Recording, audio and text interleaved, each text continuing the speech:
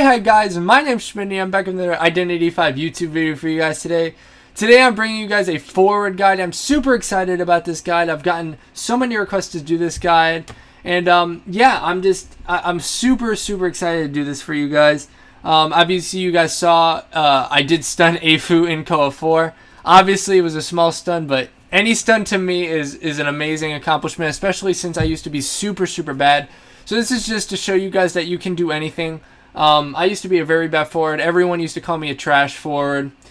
But now I do have some respect in the server. Afu did also end up banning my forward, so I'm very excited about that. But I'm just here to show you guys that anything is possible if you put your mind to it. Even if it is learning a character in Identity 5. But I'm going to show you guys everything you need to know to become a great forward. Obviously, I still need a lot of improvement. There isn't a single forward in the entire world that will say they are the perfect forward. Every forward does mistakes. Every forward hits trees still. Every forward misses stunts. And every forward has bad judgment. But I do consider myself a top tier forward. Obviously, I'm not the best. Obviously, I'm not the worst. Hopefully, you guys can learn something from me. And if you do have any questions or comments, leave them in the comment section down below. I also do have social medias. You can follow me on Discord and Instagram. I will be there to answer questions as well. Anyway, guys, let's hop right into the video. I'm super excited to start this. And yeah, what better way to start off with than Persona? Alright, guys, here we do have my build. This is the build I run when Dreamwitch is banned. Obviously, I can't run Broken Windows when Dreamwitch is in play still, because Dreamwitch will just... It just won't work. I need Tide versus Dreamwitch, or Dreamwitch will just farm the person on chair. But with this build, this is, in my opinion, a more high skill build. Obviously, it's very counterintuitive. With the Broken Windows, oh, you need it for kiting. Well, I used Broken Windows 1 for kiting, obviously, because hunters in top tiers, when you're running a full rescue comp, they have to chase the forward, right? You can't be chasing a wildling or a mercenary, so the next best option is a forward. But it's not just for the kiting, it's for the stunning on chair. In order to stun on chair, you have to position yourself into the position to stun on chair. So this is one of those things where I would recommend if you're in a VC. I wouldn't use this when you're in solo queue because you don't know if they're dying across the map of you or not. Sometimes you have to finish that cipher and you're across the map. And what are you gonna do? You're gonna rescue regularly with no tide. They'll just get farmed. So this is more of a build for you if you are worried about kiting, but you also you're comfortable stunning on chair, which we'll get into more into the guide. But yeah, rule number 1 for forwards is you have to run Prisoner's Dilemma. This is a must for forwards if you want to stun. Some forwards don't like stunning unless it's on chair. Some forwards don't like stunning unless they're getting picked up. But if you have to stun and they already picked up and you have to see where they're going, or simply if you just want to see what chair they're going to and your team's not communicating to you, you need this. This is the number 1 thing you need, whether you're running a Tide forward build or a Broken Windows forward build. I run Sticker personally. I love Sticker. I recommend Sticker. But if you do not want a Sticker, if you're not a fan of Sticker, you can either run Will to Survive. This is just increased struggle speed. Obviously, forward already has an increased struggle speed, so I don't see the need for this. But if you really think the hunter's going to chase you, then run this. If you're very good at pallet stunning, you can use this. This is for stunning the hunters. Will to Survive, great power. Great power just... I don't run it because I'm not trying to pallet stun hunters. It's not my kiting style. I don't pallet stun every hunter. I'm not Paul Blooms. I'm not my leg. I'm more of a pallet spammer myself. So I just don't run this. But you can. These are the 3 options I recommend. Have Prisoner's Dilemma. And you can either run Will to Survive, Great Power, or Sticker. I run Sticker. Alright guys, moving on to the Tide Turner build. This is for people who don't want it, preferably don't want to stun on chair. Obviously, you can still stun on chair with this build. But this build is for more of a harassing type of build. More of the build where you save, you stun after you get hit. Or you just like to harass, whether you be Middle Church, Sacred Heart Hospital. This is more of a harassing type of build. The other is more of a stun on chair, keep the person alive once they're saved type of build. Obviously, you can't have Sticker here, but obviously I do have Prisoner's Dilemma. And the main point of me doing this is, obviously you have Tide, so you don't have to stun on chair. But this is pallet vaulting speed. When you are going for a stun, try to stun with a pallet. The stun the stun speed is greatly increased. I cannot stress that enough. But this is a simple build. I recommend this build for beginners. I recommend this build for people who just want to regularly save. We'll get into more depths of how to save. But yeah, these are the two builds I would use. These are the two builds I would recommend. Tide Turner build or Broken Windows build.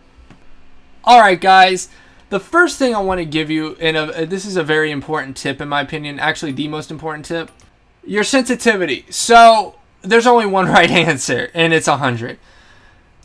If you do not use 100 sensitivity, you're very, very limited. So let me explain this.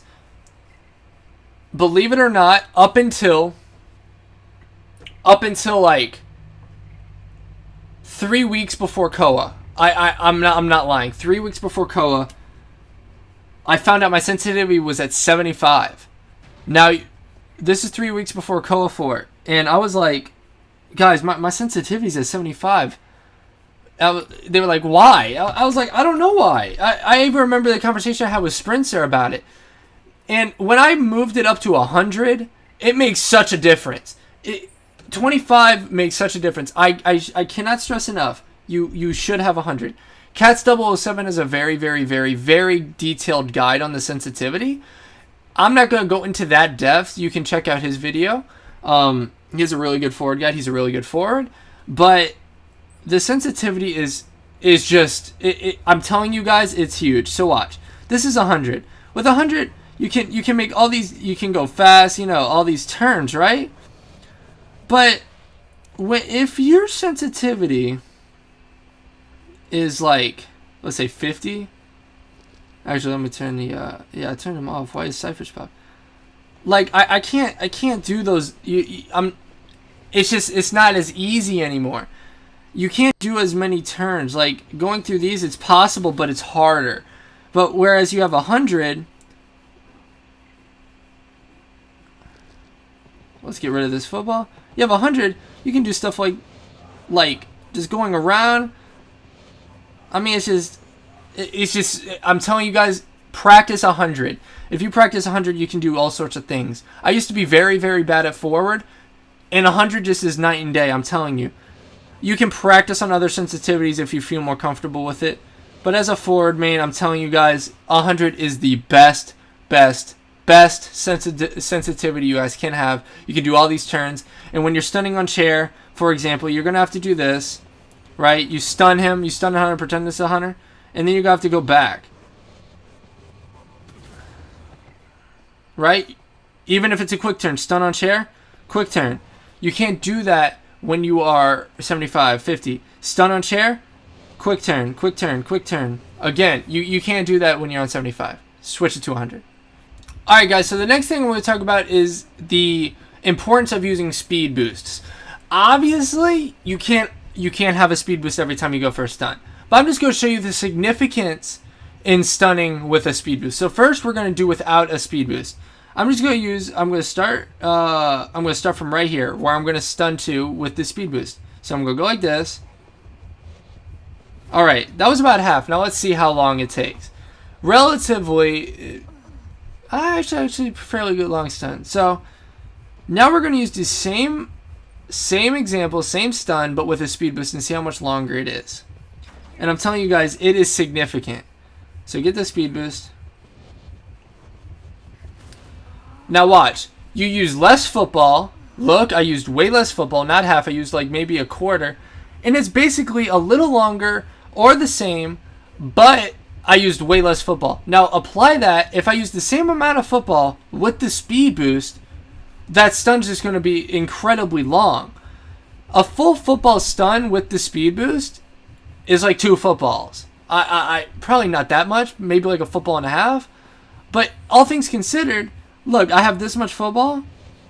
I can't even make this stun. But with the speed boost, I would have been able to. So just a small example, guys. You try to use the speed boosts when you can. When you're standing on chair, relocate to the nearest window or pallet if you are running the broken. If you're running tide, relocate to the nearest pallet. And if, for example, the Bloody Queen's chasing someone, for example, okay, so let me just, okay, she's middle broken. Let me vault this. Let me go for this. She's about to get in that pallet. Stun her towards that pallet. Obviously, I didn't, but you get the point. Use the speed boost. It's very, very important. Alright guys, yet another tip. Now we're going to talk about angle of stun. This is something I still need to work on. This is something many forwards still need to work on. But yeah, you need to direct your stun. What I mean by that is, if they're in the middle of the open, you have to angle your dash to the closest object. Well, now watch this. I'm going to start right here. I should go left, but no, I'm going to hit straight. That won't stun them. I should have hit her on the left side or the right side, right? Now watch. Instead of hitting her in a straight line, you're going to want to hit her from an angle. What I mean by that is this. So instead of going straight, hit her from the left. That way she's there. Obviously, if I would have hit her straight, that would have worked better. But let me move her right here. Obviously, guys, look. Straight will not work here. That won't work straight from this distance. So what you have to do is you have to get it from an angle. You have two decisions. Hit her against that tree or hit her against a wall. You have to look at your surroundings. What is the best thing? Obviously, she's close to that wall, so I'm going to use that wall. So I'm going to go from left. And I'm going to stun her on the right side to the left side, pushing her left. This is a very, very, very important skill, but a very, very hard one to master. Obviously, I'm still not mastered in this when I'm in the middle of a game and they're moving left to right. Obviously, this is a stationary Bloody Queen. But if they're moving left to right, it's going to be harder. It's going to be tougher. But for example, if they're moving this way, if they're going this way, you could come from behind and stun her into this door right here. So that's all I'm trying to say, guys. I won't go too in depth to that. Just try to get the angle of the stun. Right now, obviously, stunning her straight won't work. So what am I going to do? I'm going to go left to right. Hit her against the wall. You can't just go straight every time. That will not work. I promise you. Alright, guys. One of the final tips is talking about spinning. This brings into the sensitivity aspect of the game. You need 100 sensitivity if you want to utilize this to perfection.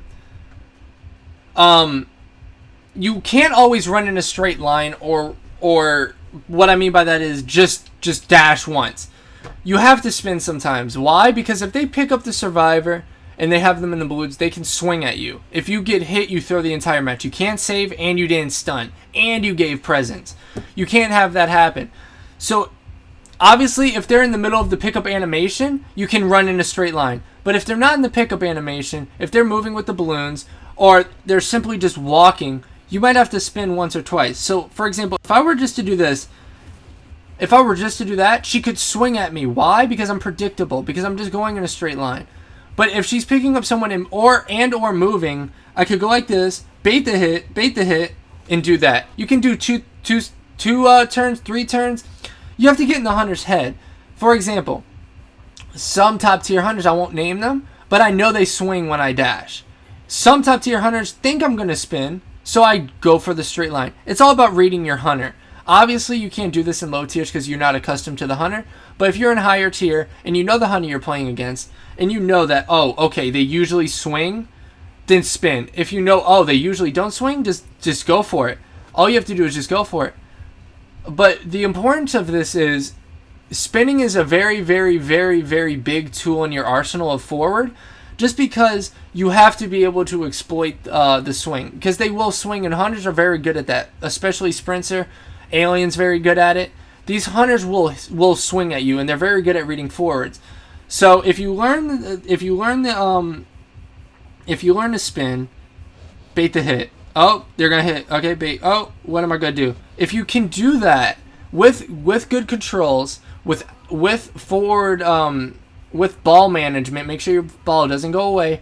You will have an easy time. Now, this is very important. For example, when you're stunning on chair. Now, let's pretend the Bloody Queen is stunning on chair, right? I mean, is chairing someone. And I want to get the most out of my dash. So I'm here, she's not yet chairing someone. I start dashing early, because this will happen. If you're trying to stun on chair, but while you're learning, you will start to dash early. Oh, now she hasn't started chairing yet? Wait a little. She starts chairing, go.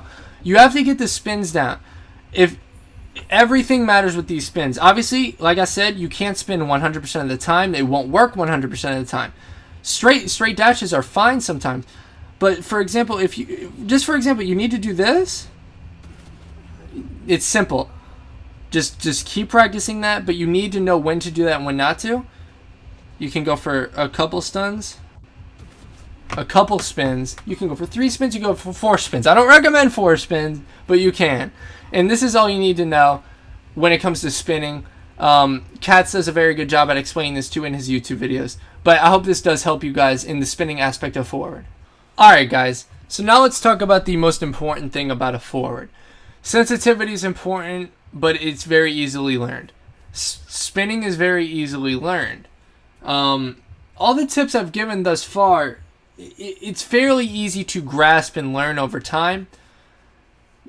Decision making is the hardest thing to learn as a forward, and it's just solely on you and what you see about your team, your environment, and the map itself. So a lot of forwards come to me asking about, what do I do about this situation? What do I do about this situation? A lot of people come complaining to me saying that the forwards in their match are stunning when they shouldn't be, or the forwards in their match are not stunning when they should be. There are multiple things and multiple examples that I could give, but I'm going to try to do it best in this video, explain it in single training mode just with a bot, and give you guys real life examples of what I've experienced and all that stuff. So first thing is specifically red church wedding. What I go through when I'm stunning as a forward, what I go through when I'm thinking as a forward. So first off, the Bloody Queen is chairing someone in this chair. The pallet is down, so that is, I can't go through the pallet, right? The pallet's down. This covey area is one of the hardest, I cannot stress enough, the hardest things to dash through. It is so hard. If you're going through this way, I'm telling you, obviously I didn't want to stun her. I'm telling you, it is hard to get through here. It's very hard. So one, do you want to risk missing the stun and stunning one of them benches to dash? 2, it's wedding. Very hard to dash in this area. 3, how many ciphers are left? If there's 2 or less, you can risk stunning on chair. If there's 1 cipher left, you can risk stunning on chair. Or do you, though? Do you want to have your football for late game?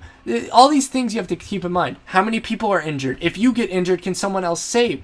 You have to think about this. If there are 2 ciphers left, you're full health. Your other 2 teammates are full health, but they're working on the last 2 ciphers.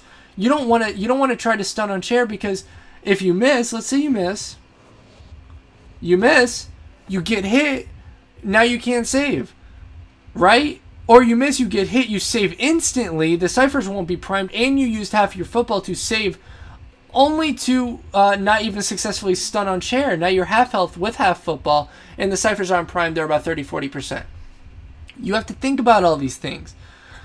Now let's transition to middle church. I'm using red church because this is a very, very good forward map. Early game, I love decoding this. So if you're a forward, throw these 2 pallets down. Always throw these 2 pallets down. Why? Because you're a forward, and I'm about to show you. If you're decoding this, decode on this side so you can see the window. Now, this is another thing. If you're in middle church and you're a forward, you're in the most powerful position in the entire game as a forward. Why? Because you can stun while they're vaulting the window. So let's say the perfumer's kiting, she vaults that window. You see the hunter?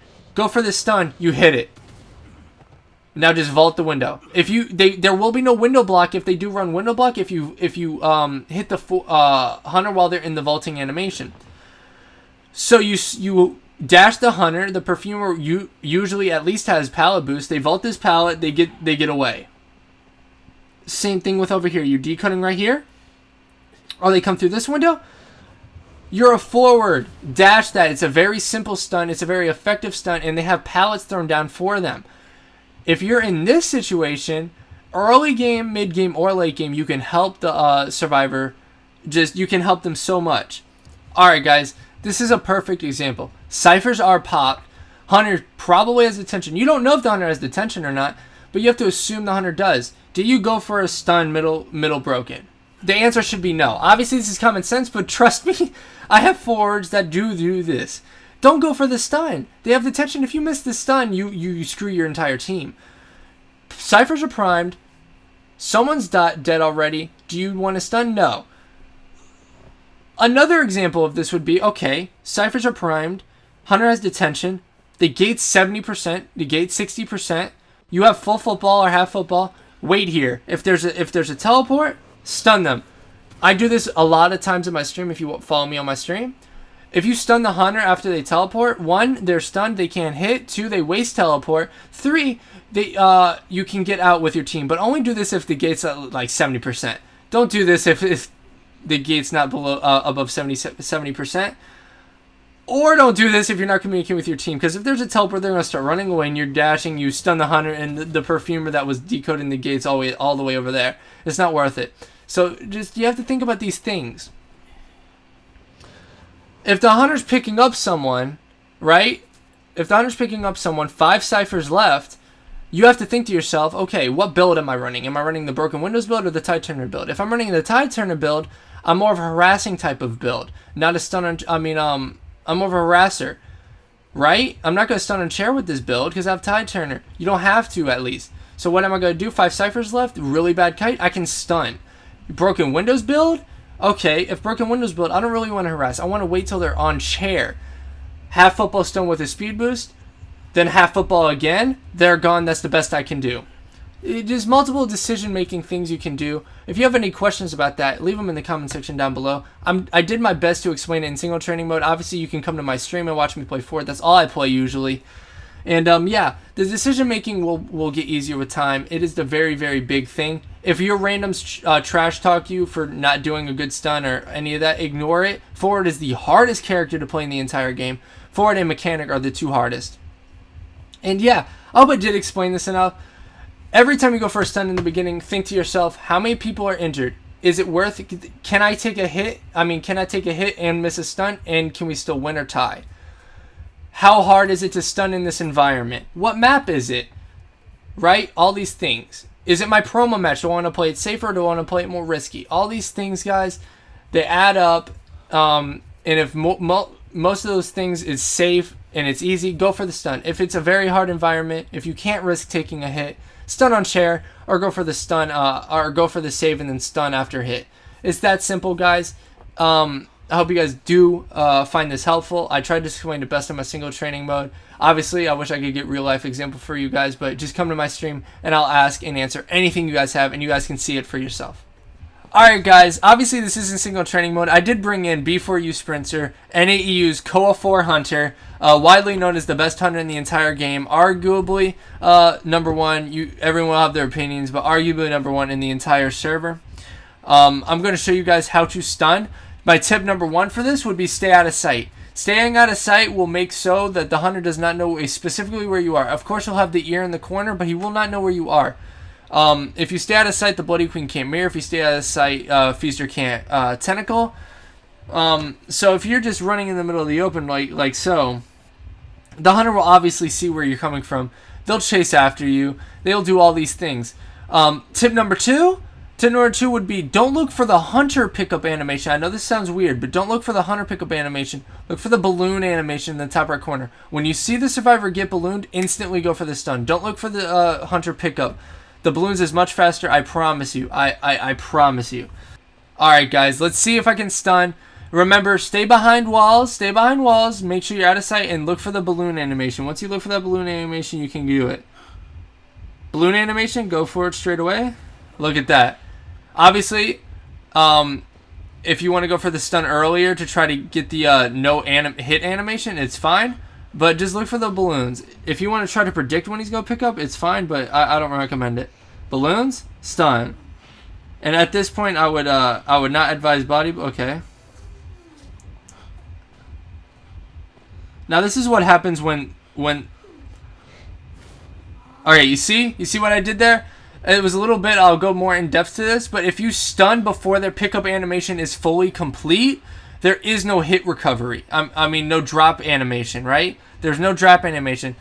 So, my advice to you is the only way to possibly do this if you're like a good 15, 20 yards away from the hunter, you have to predict when they're going to pick up. I don't advise this because, you know, some hunters will wait on that body for a while. But, My advice to you would be, if you want to do that, you're going to have to predict. But if you want to play it safe, wait till you see that balloon pickup animation. Obviously, I'll show you guys this again in the next clip. Alright guys, in this example, I'm going to show you guys a couple things. One, the same thing. Obviously, I'm out of sight of the hunter. That is a very big point. Sometimes you won't be able to, obviously. You won't be able to. But sometimes you will be, and you have to take advantage of that. Two, I am hiding. Obviously, Sprinter is a good hunter, so we can see my big skin. But most of the time, forwards won't be running this skin. So hiding is a very good way to do this. You see forwards like me do it. You see forwards like Cats007 do it. If you hide, you can crouch behind walls. You can crouch behind rocks, crouch behind trees. This is a very effective strategy, and it is used in tournament gameplay as well. So, again, when you're stunning as forward, if you are hiding, look for the pickup animation. Try to stay out of sight. If you can't stay out of sight, if you can't hide, always still look for that pickup animation. Yeah,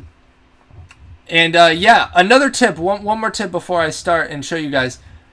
If the hunter does see you, do everything in your power not to get hit. You cannot get hit unless the Cypher machine is almost primed. If the Cypher machine's like 75, 80, you can take a hit and then stun. But you're the next saver. You are the saver, so don't take that hit. If you take that hit, you can't stun. It ruins Cypher Rush. You could ultimately get stuffed. You could ultimately throw. Forward's a carry survivor, but is also a throw survivor. So, alright guys, look for the balloons.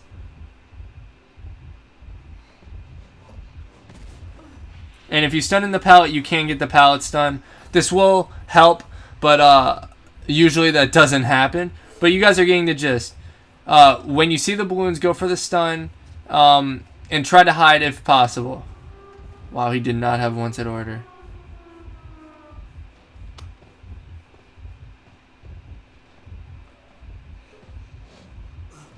Look for the balloons, guys. I started dashing when I saw the balloons. Obviously, this Bloody Queen has detention. Obviously, it's a Bloody Queen, so it's hard to avoid a hit, especially if you're a forward. Alright, guys, in this clip, for example, I will show you guys what to do. The Bloody Queen sees me, so what I'm going to do is I'm not even going to try to stun. I'm just going to dash away. In this example, you have to play life. Let's pretend the Bloody Queen doesn't have detention, by the way. If the Bloody Queen didn't have detention, you're the next saver, so you do have to dash away.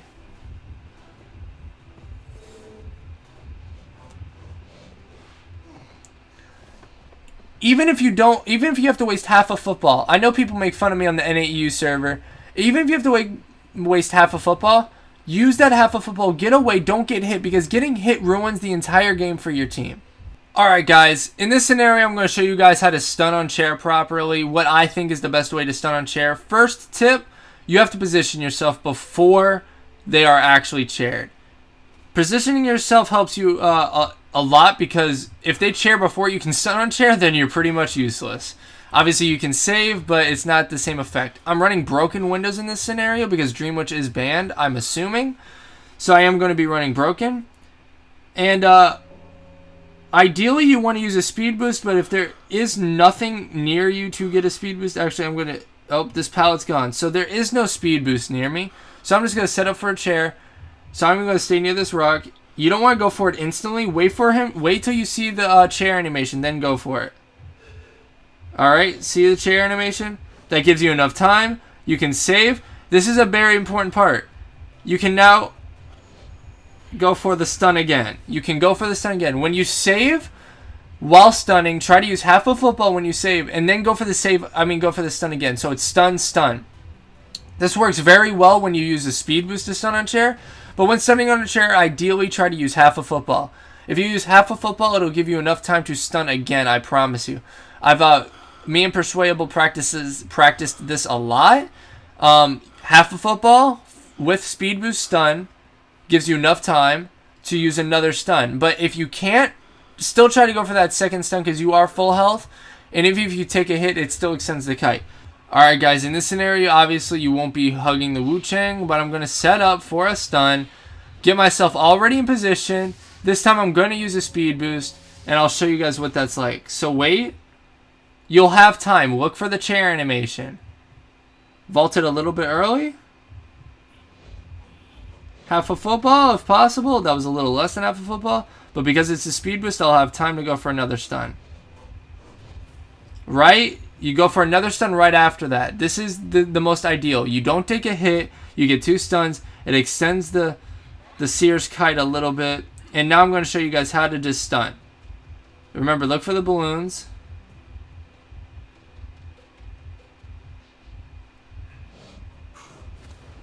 I got it even before the pickup animation, so it gives the Seer time to get away. I also did not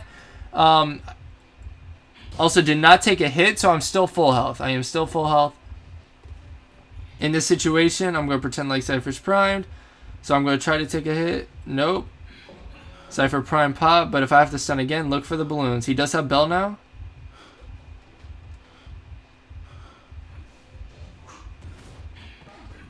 Alright, obviously I didn't stun in the wall. I don't have much football left, but I did successfully stun. Another tip, if you stun before the pickup animation is fully done, no matter where the hunter is, it will drop the survivor, but you just won't get the stun. Anyway, guys, thank you so much for watching. I had to do this in multiple takes because it does get hot in my room. We don't have AC currently, and it is 95 degrees in Louisiana with the house repairs, so it's very, very hot. So I apologize if I'm wearing a different shirt in every scene, but thank you guys so much for watching. Hope you had a wonderful time. I hope you did learn something. If you have any questions, do ask in the comment section down below. If you have any video ideas for me, please post them. I need video ideas. Remember to like, subscribe. It really does help. It truly, truly does help. Anyway, guys, thank you so much for watching. Have a great day, great night, wherever you are. Stay safe. Bye-bye, guys.